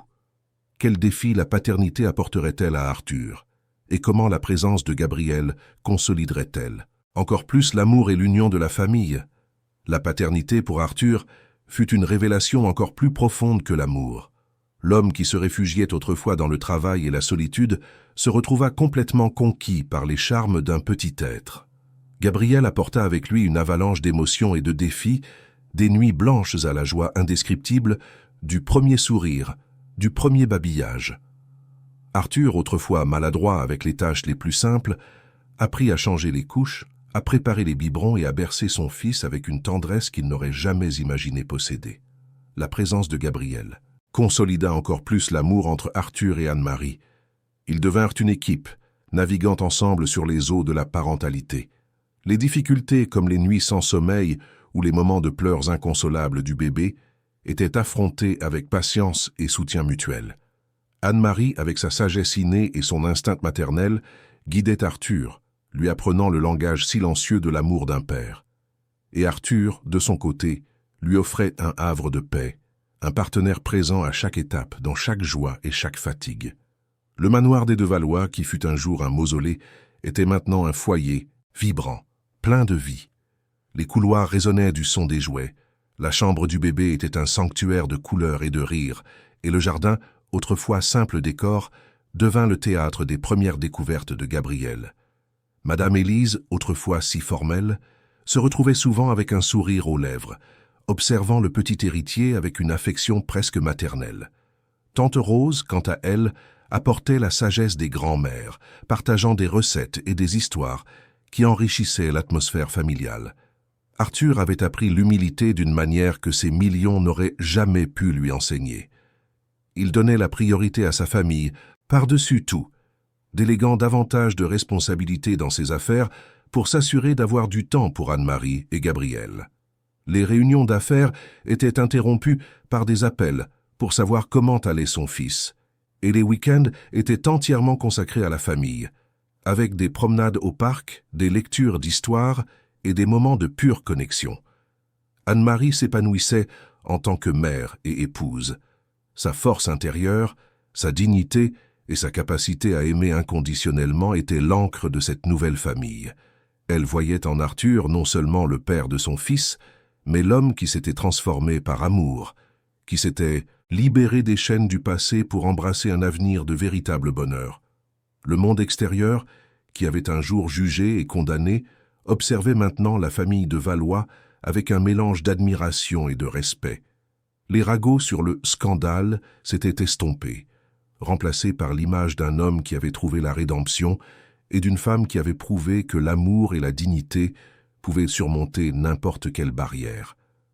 Par une nuit tranquille, alors que Gabriel dormait dans son berceau, Arthur et Anne-Marie étaient assis côte à côte, les mains entrelacées, observant leur fils. « Je n'aurais jamais imaginé que la vie puisse être si pleine, Anne-Marie, » murmura Arthur, la voix étranglée. « Toi et Gabriel, vous m'avez tout donné. » Anne-Marie sourit, posant sa tête sur son épaule. « Nous nous sommes tout donnés l'un à l'autre, Arthur. Et ce n'est que le début. » C'était là le véritable héritage, non pas la fortune, mais l'amour, la famille et la preuve que le pardon et la transformation étaient capables de réécrire les destins. Quel nouveau chapitre la vie réserverait-elle à la famille de Valois et comment continuerait-il à construire leur avenir ensemble? Les années passèrent, tissant de nouveaux fils dans la tapisserie de la vie de la famille de Valois. Gabriel, le petit miracle qui avait scellé le destin d'Arthur et d'Anne-Marie, grandit et devint un garçon dynamique, avec les yeux curieux de sa mère et l'énergie contagieuse de son père. Ses pas pressés résonnaient dans les couloirs du manoir, ses rires remplissaient les jardins, et ses questions innocentes apportaient une nouvelle perspective chaque jour. Il était la preuve vivante que l'amour, lorsqu'il est vrai, peut fleurir même sur les terres les plus arides. Arthur, désormais un père dévoué et un mari passionné, avait trouvé un équilibre parfait entre ses responsabilités professionnelles et sa vie de famille. Il déléguait avec confiance, s'assurant que son empire continue de prospérer, mais sans jamais négliger les moments précieux avec Anne-Marie et Gabriel. Sa transformation était complète. Le veuf endurci était devenu un homme doux, patient et profondément heureux, qui trouvait sa plus grande richesse dans les bras de sa famille. Anne-Marie, de son côté, s'épanouissait dans son rôle d'épouse et de mère. Mais son esprit d'entreprise et son amour pour la nature n'avaient pas diminué. Avec le soutien inconditionnel d'Arthur, elle commença à réaliser son vieux rêve. Une serre moderne fut construite dans les vastes jardins du manoir.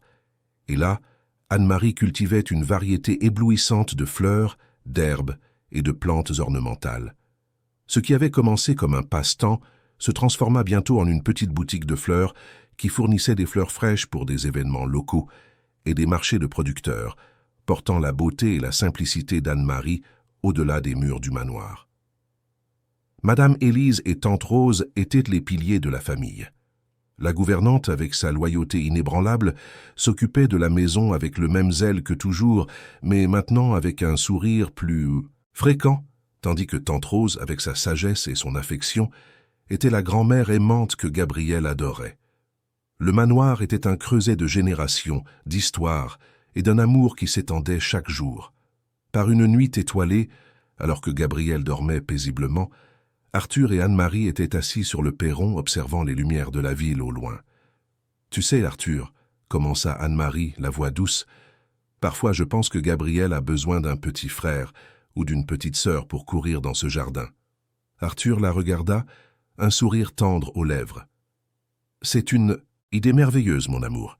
Notre famille a encore beaucoup à grandir. » Ce moment de partage de rêves scellait la promesse d'un avenir encore plus complet. L'histoire d'Arthur et d'Anne-Marie, autrefois un scandale murmuré, était devenue une légende d'amour et de résilience. Ils étaient respectés non pas pour leur fortune ou leur position, mais pour l'authenticité de leurs sentiments et le courage de construire une vie basée sur l'amour véritable. Véronique de Courcy, en revanche, était devenue une figure oubliée, sa méchanceté éclipsée par la lumière du bonheur qu'elle avait tenté de détruire. Le manoir des de Valois, qui fut un jour un mausolée de souvenirs, était maintenant un phare d'espoir, un témoignage vivant que l'amour peut reconstruire, guérir et s'épanouir, transformant la douleur en joie et la solitude en une famille unie. Quelle nouvelle joie et quel nouveau défi l'arrivée d'un nouveau membre apporterait-elle à la famille de Valois? Et comment continuerait-il à inspirer leur entourage? La vie au manoir des de Valois continuait de s'épanouir, et la conversation sur un nouveau membre de la famille devint bientôt une réalité. Anne-Marie découvrit qu'elle était de nouveau enceinte, et la nouvelle fut accueillie avec une immense joie par tous. Gabriel, maintenant âgé de 4 ans, était ravi à l'idée d'avoir un petit frère ou une petite sœur, et passait des heures à parler au ventre de sa mère, lui racontant ses aventures dans le jardin. Arthur, plus expérimenté et encore plus passionné, suivait chaque étape de la grossesse avec une affection redoublée, veillant à ce qu'Anne-Marie ait tout le confort et le soutien nécessaires. La boutique de fleurs d'Anne-Marie prospérait également. Face à la demande croissante, elle engagea une jeune assistante développant sa petite entreprise et transformant ce qui était un rêve en une réalité solide. Les fleurs du manoir des de Valois étaient désormais synonymes de beauté et de fraîcheur, et Anne-Marie trouvait une profonde satisfaction dans son travail qui complétait parfaitement sa vie de famille. Par un après-midi de printemps, la famille de Valois célébra l'arrivée de son deuxième enfant. Cette fois une fille, avec les cheveux sombres d'Arthur et le doux sourire d'Anne-Marie. Dans un geste d'amour et de dépassement, ils l'appelèrent Sophie, honorant la mémoire de la première épouse d'Arthur, mais avec la certitude que cette Sophie représentait un nouveau départ, une nouvelle vie, libérée des ombres du passé. Le nom, autrefois chargé de douleur, était maintenant un symbole de guérison et d'un amour qui embrassait toutes ses facettes. L'arrivée de la petite Sophie apporta une nouvelle dynamique au manoir. Gabriel assuma son rôle de grand frère avec un enthousiasme contagieux, protégeant sa petite sœur et partageant ses jouets. Les nuits, autrefois partagées pour un bébé, l'étaient là maintenant pour deux. Mais Arthur et Anne-Marie affrontaient les défis avec une union inébranlable, trouvant de la joie dans chaque instant, dans chaque rire, dans chaque étreinte. Arthur, le veuf qui s'était fermé au monde, était maintenant père de 2 enfants, un mari comblé, un homme qui avait trouvé la plénitude dans sa famille. Il passait des heures à jouer avec Gabriel dans le jardin, lui apprenant des choses sur les plantes et les animaux, puis, avec la même tendresse, à bercer la petite Sophie, chantant des berceuses qu'il n'aurait jamais imaginé chanter. Anne-Marie, avec sa force et sa grâce, était le cœur de la famille. Elle équilibrait avec brio la maternité, le mariage et sa passion pour les fleurs, inspirant tout le monde par sa résilience et sa capacité à aimer. Le manoir, autrefois symbole de statut, était maintenant un refuge d'amour, de rire et la promesse d'un avenir radieux. L'histoire de la famille de Valois devint un exemple pour la communauté. Ils n'avaient pas seulement surmonté les adversités, mais avaient construit une vie basée sur des valeurs authentiques, montrant que l'amour véritable ne connaît ni barrière sociale ni préjugés. Ils inspirèrent par leur générosité, leur humilité et la joie sincère qu'ils irradiaient. Par un jour ensoleillé, alors qu'ils observaient Gabriel et Sophie jouer dans le jardin, Arthur et Anne-Marie s'enlacèrent. « Notre vie est un miracle, n'est-ce pas, mon amour ?» murmura Arthur. Anne-Marie sourit, les yeux brillants. « C'est la preuve que l'amour gagne toujours, Arthur, toujours. » Quels nouveaux horizons s'ouvriraient à la famille de Valois, et comment continueraient-ils à répandre le message d'amour et d'espoir qu'ils avaient construit? Les années continuèrent de passer, et la famille de Valois grandissait non seulement en nombre, mais en sagesse et en amour. Gabriel et Sophie devinrent des enfants curieux et pleins de vie, explorant chaque recoin du manoir et du jardin qu'Anne-Marie avait transformé en un paradis fleuri. La boutique de fleurs d'Anne-Marie, Fleurs de l'âme, s'était développée, devenant une entreprise prospère et respectée, avec une clientèle fidèle qui appréciait la beauté et l'authenticité de ses créations. Elle était devenue une femme d'affaires accomplie, sans jamais perdre la simplicité et la passion qui la définissaient. Arthur, de son côté, continuait d'être le pilier de la famille et de ses affaires. Cependant, sa perspective sur la vie avait radicalement changé. Il ne cherchait plus seulement le profit ou le pouvoir, mais l'opportunité de faire une différence. Inspiré par la passion d'Anne-Marie et la pureté de ses enfants, il commença à investir dans des projets sociaux et environnementaux, utilisant sa fortune pour soutenir des communautés défavorisées et des initiatives de préservation de la nature. L'entreprise de Valois, autrefois synonyme de puissance économique, était désormais aussi un symbole de responsabilité sociale et d'éthique. Le manoir, qui fut un jour un théâtre de solitude et de douleur, était maintenant un centre de vie et d'apprentissage. Gabriel et Sophie grandissaient dans un environnement d'amour, de respect et de liberté, encouragés à explorer leurs talents et à suivre leur cœur.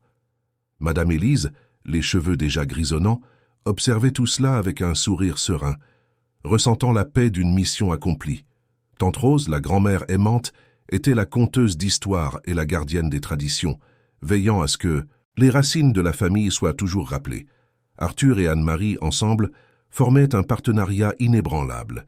Ils partageaient non seulement l'amour pour leurs enfants, mais aussi les rêves, les défis et la vision d'un avenir meilleur.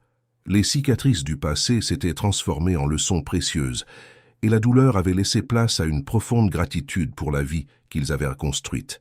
Ils étaient la preuve vivante que l'amour véritable pouvait transcender les barrières sociales, guérir les blessures les plus profondes et inspirer le changement. Leur histoire se propagea non pas comme un ragot, mais comme un conte de fées moderne, une inspiration pour beaucoup qui cherchèrent le bonheur dans un monde complexe.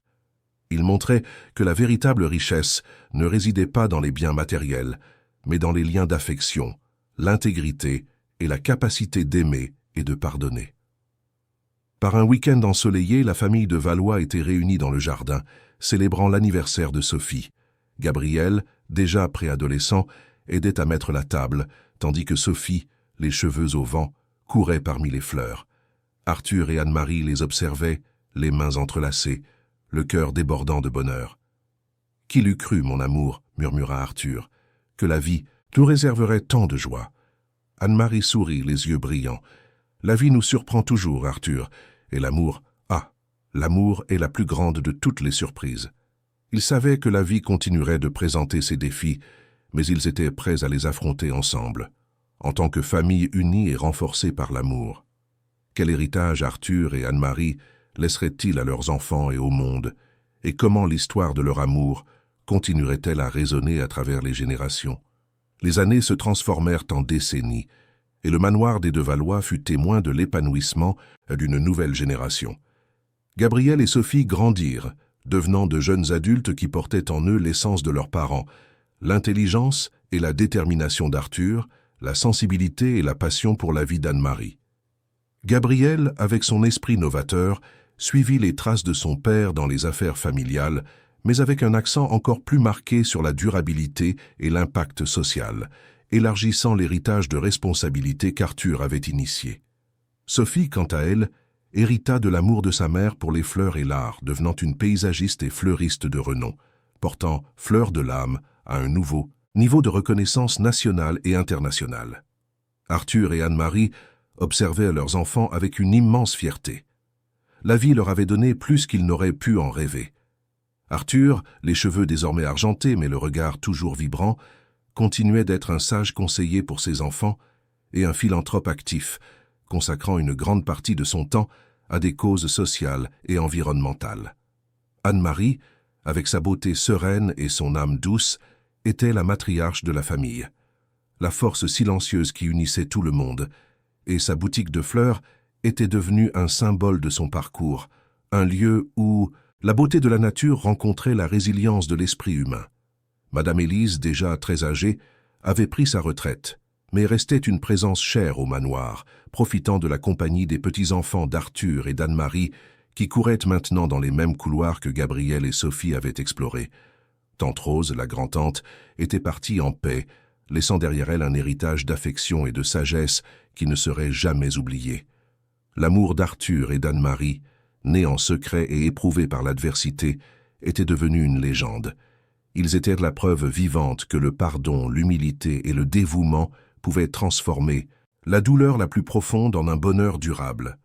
Leur histoire était racontée et racontée encore, non seulement dans leur cercle familial, mais dans toute la communauté, inspirant des générations à croire au pouvoir de l'amour véritable et à la capacité de reconstruire sa vie, aussi brisée qu'elle puisse paraître. En fin d'après-midi, assis sur le banc du jardin, le même où Arthur avait demandé Anne-Marie en mariage, ils observaient le coucher du soleil. Leurs mains vieillies étaient entrelacées, et le silence entre eux était rempli de décennies de souvenirs, de rires, de larmes, et d'un amour qui n'avait fait que grandir avec le temps. « Qui l'eût cru, mon amour ?» murmura Arthur, la voix étranglée par l'émotion, « que ce veuf endurci retrouverait la vie dans tes yeux. » Anne-Marie sourit, posant sa tête sur son épaule. « Et qui l'eût cru que l'employée rêveuse trouverait son foyer et son but à tes côtés, Arthur ?» Ils avaient construit non seulement une famille, mais un héritage d'amour, de résilience et de compassion. Le manoir des De Valois, autrefois un monument à la solitude, était maintenant un phare d'espoir, un témoignage éternel que l'amour, dans sa forme la plus pure, est la force la plus puissante de l'univers. Quelle réflexion finale la vie leur apporterait-elle, et comment l'histoire de leur amour s'éterniserait-elle pour les générations futures? Les saisons de la vie tournèrent, et Arthur et Anne-Marie atteignirent à la sérénité de la vieillesse. Leurs cheveux, désormais blancs comme la neige, mais leurs yeux brillaient toujours de la même intensité de l'amour qui les unissait. Le manoir des De Valois, qui avait été témoin de tant de transformations, était maintenant un havre de paix et de souvenirs, un foyer où le passé et le présent s'entrelaçaient en une tapisserie riche et colorée. Leurs journées étaient remplies de la douceur de la compagnie l'un de l'autre, des visites de Gabriel et Sophie, qui dirigeaient maintenant leurs propres empires avec la sagesse et l'éthique apprises à la maison, et de la joie contagieuse de leurs petits-enfants, qui couraient dans les jardins, revivant les jeux de leurs parents. Arthur et Anne-Marie s'asseyaient sur le perron, observant la vie qu'ils avaient construite, leurs mains vieillies toujours entrelacées, symbole d'un amour qui avait résisté au temps et aux adversités. L'histoire de leur amour, autrefois un secret murmuré, était devenue une légende familiale, racontée et racontée encore par les petits-enfants, qui écoutaient fascinés l'histoire de l'employé qui avait conquis le cœur du veuf et de l'amour qui avait surmonté le mensonge et les préjugés. Ils apprirent que la véritable richesse ne résidait pas dans la fortune, mais dans l'intégrité, la compassion et la capacité de pardonner et de recommencer. Arthur, l'homme qui fut un jour endurci par la douleur, avait trouvé dans la vieillesse une paix profonde. Il réfléchissait au parcours, aux erreurs et aux réussites, et à la grâce d'avoir trouvé Anne-Marie. Elle avait été sa rédemption, sa lumière, la femme qui lui avait appris à aimer à nouveau et à vivre pleinement. Anne-Marie, de son côté, regardait Arthur et voyait non seulement le mari, mais le compagnon d'une vie, le père de ses enfants, l'homme qui s'était transformé par amour et qui l'avait aimé avec une dévotion inébranlable. Le manoir était un musée vivant de leur amour. Chaque pièce, chaque objet, chaque fleur dans le jardin racontait une partie de leur histoire. Madame Élise, partie quelques années plus tôt, avait laissé un vide, mais aussi la certitude d'avoir été témoin et participante de quelque chose de vraiment extraordinaire. Par un après-midi tranquille, alors que le soleil se couchait, peignant le ciel de teintes orangées et violettes, Arthur et Anne-Marie étaient assis à leur place préférée dans le jardin. Il la regarda, un doux sourire aux lèvres. « Tu sais, mon amour, » dit-il, la voix faible mais pleine d'affection, « la vie nous a donné de nombreuses leçons, mais la plus grande d'entre elles est que l'amour véritable trouve toujours un chemin et qu'il vaut la peine de se battre pour lui. » Anne-Marie serra sa main. « Et que le pardon est la clé du bonheur, Arthur. » Tu me l'as appris. » Ils ferment les yeux, sentant la douce brise et la chaleur l'un de l'autre. La vie avait été pleine, riche en expériences, en défis surmontés et en un amour devenu éternel. L'histoire d'Arthur et d'Anne-Marie n'était pas seulement l'histoire d'un couple, mais l'histoire de la résilience de l'esprit humain, de la capacité d'aimer, de pardonner et de reconstruire. Un héritage qui continuerait d'inspirer, de guider et de réchauffer les cœurs des générations futures. Fin de l'histoire. Quelle aventure émouvante, n'est-ce pas? Du veuf Arthur endurci par la douleur à la douce Anne-Marie qui, avec sa pureté et son amour, a transformé non seulement le manoir mais l'âme d'un homme. Qui aurait pu imaginer qu'un mensonge cruel les séparerait seulement pour que le pardon et l'arrivée de Gabriel et Sophie les unissent pour toujours? Si vous avez été ému par chaque chapitre, par chaque rebondissement, par chaque preuve que l'amour véritable triomphe toujours, n'oubliez pas de laisser votre pouce bleu sur cette vidéo. Vous voulez continuer à suivre des histoires incroyables comme celle-ci? Alors abonnez-vous à notre chaîne et activez la cloche pour ne manquer aucune nouveauté. Laissez votre commentaire ci-dessous. Quel a été le moment qui vous a le plus marqué? Et qu'avez-vous pensé de la fin de cette belle histoire? Et, bien sûr, partagez avec vos amis et votre famille pour que plus de personnes puissent être inspirées par la saga d'Arthur et d'Anne-Marie. Pour enchaîner avec d'autres récits captivants, consultez notre playlist complète, qui se trouve juste ici, à gauche de votre écran. Il y a toujours une nouvelle émotion qui vous attend.